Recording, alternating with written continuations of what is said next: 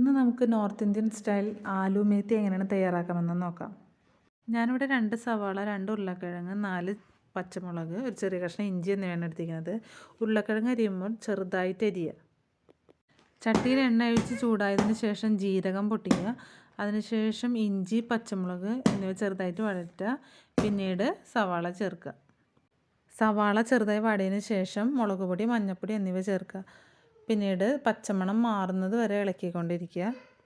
ചപ്പാത്തിയുടെ കൂടെ കഴിക്കാൻ പറ്റിയ ഏറ്റവും നല്ല കോമ്പിനേഷനുകളിൽ ഒന്നാണ് ഈ ആലുമേത്തി. ഞാനിവിടെ ഏറ്റവും കൂടുതൽ ദാൽ ഫ്രൈയും ആലുമേത്തിയാണ് ചപ്പാത്തിക്ക് ഉണ്ടാക്കുന്ന പ്രധാനപ്പെട്ട 2 കറികൾ. പൊടികളുടെ പച്ചമണം മാറിയതിന് ശേഷം ചെറുതായി അരിഞ്ഞു വെച്ച ഉരുളക്കിഴങ്ങ് ഇതിലോട്ട് ചേർക്കുക. നമ്മൾ കനം കുറച്ച് അരിഞ്ഞത് കാരണം വെള്ളം ചേർക്കേണ്ട ആവശ്യമില്ല, മൂടി വെച്ച് വേവിച്ചാൽ മതി. ഉരുളക്കിഴങ്ങ് വളരെ നൈസായിട്ട് അരിഞ്ഞതുകൊണ്ട് പെട്ടെന്ന് വേവും, അതുകൊണ്ട് ഇടയ്ക്കിടയ്ക്ക് ഇളക്കി വേവ് ശ്രദ്ധിക്കുക.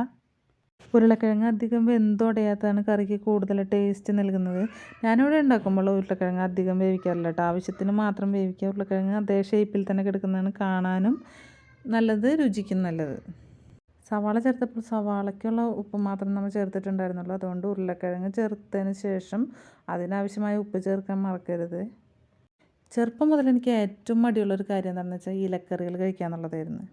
ഞാനിവിടെ നോർത്തിൽ വന്നതിന് ശേഷമാണ് ഇലക്കറികൾ കഴിച്ച് തുടങ്ങിയതെന്ന് തന്നെ പറയാം. നാട്ടിൽ വെച്ച് അച്ഛനമ്മ നിർബന്ധിക്കുമ്പോൾ ഒരു പച്ചച്ചീര മാത്രം കഴിക്കുള്ളായിരുന്നു. പക്ഷേ ഇലക്കറികൾ കഴിച്ച് തുടങ്ങിയപ്പോഴാണ് അതിൻ്റെ ടേസ്റ്റിനെ കുറിച്ച് മനസ്സിലായത്. ടേസ്റ്റ് മാത്രമല്ല, ഇത്രയും ഹെൽത്തി ആയിട്ടുള്ളൊരു ഫുഡും ഇല്ലയെന്ന് പറയാം. അതുപോലെ തന്നെ എനിക്ക് ഒട്ടും ഇഷ്ടമില്ലാത്ത 2 വെജിറ്റബിൾസ് ആയിരുന്നു ഈ കോവയ്ക്കയും കയ്പ്പയ്ക്കയും. നാട്ടിൽ വെച്ച് ഞാനത് ഒട്ടും കഴിക്കില്ലായിരുന്നു കേട്ടോ. പക്ഷേ ഇപ്പോൾ എൻ്റെ ഫേവറേറ്റ് വെജിറ്റബിൾസ് ഏതൊക്കെയാണെന്ന് ചോദിച്ചിട്ടുണ്ടെങ്കിൽ ഞാൻ കയ്പ്പയ്ക്കയും കോവയ്ക്കയും പറയുള്ളൂ. അത് പൊട്ടറ്റോൻ്റെ ഒപ്പം ഫ്രൈ ചെയ്ത് ഉപ്പേരി ഉണ്ടാക്കുന്നത് ഭയങ്കര ടേസ്റ്റാണ്. അങ്ങനെ ഉരുളക്കിഴങ്ങ് വെന്തതിന് ശേഷം നമ്മൾ നുള്ളി വെച്ച ഉലുവേല ഇതിലോട്ട് ചേർക്കുക. ഉലുവേല കാണുമ്പോൾ കുറേ ഉണ്ടാവും, പക്ഷേ വാടി കഴിയുമ്പോൾ കുറച്ചുണ്ടാവുള്ളൂ കേട്ടോ. ഉരുളക്കിഴങ്ങ് വാട്ടിയപ്പോൾ ഉപ്പ് ഇത്തിരി മുന്നിട്ട് നിൽക്കുന്ന കാരണം ഞാനിവിടെ ഉലുവേല ചേർത്തതിന് ശേഷം ഉപ്പ് ചേർത്തിട്ടില്ല കേട്ടോ. ഉലുവേല ചേർത്തിട്ടുണ്ടെങ്കിൽ നമുക്ക് കറി റെഡിയാവാൻ ഇനി അധികം സമയം വേണ്ട, കാരണം ഉലുവേല പെട്ടെന്ന് വേവും. അങ്ങനെ നമ്മുടെ ആലുമേത്തി റെഡി ആയിട്ടുണ്ട്. നിങ്ങളെല്ലാവർക്കും ഇഷ്ടപ്പെട്ടിട്ടുണ്ടെങ്കിൽ ഒരു തവണയെങ്കിലും ഇതുപോലെ ഒന്ന് തയ്യാറാക്കി നോക്കണേ. അപ്പോൾ ഇന്നത്തെ വീഡിയോ ഇത്രയേ ഉള്ളൂ. എല്ലാവർക്കും നല്ലൊരു പുതുവർഷം ആശംസിക്കുന്നു.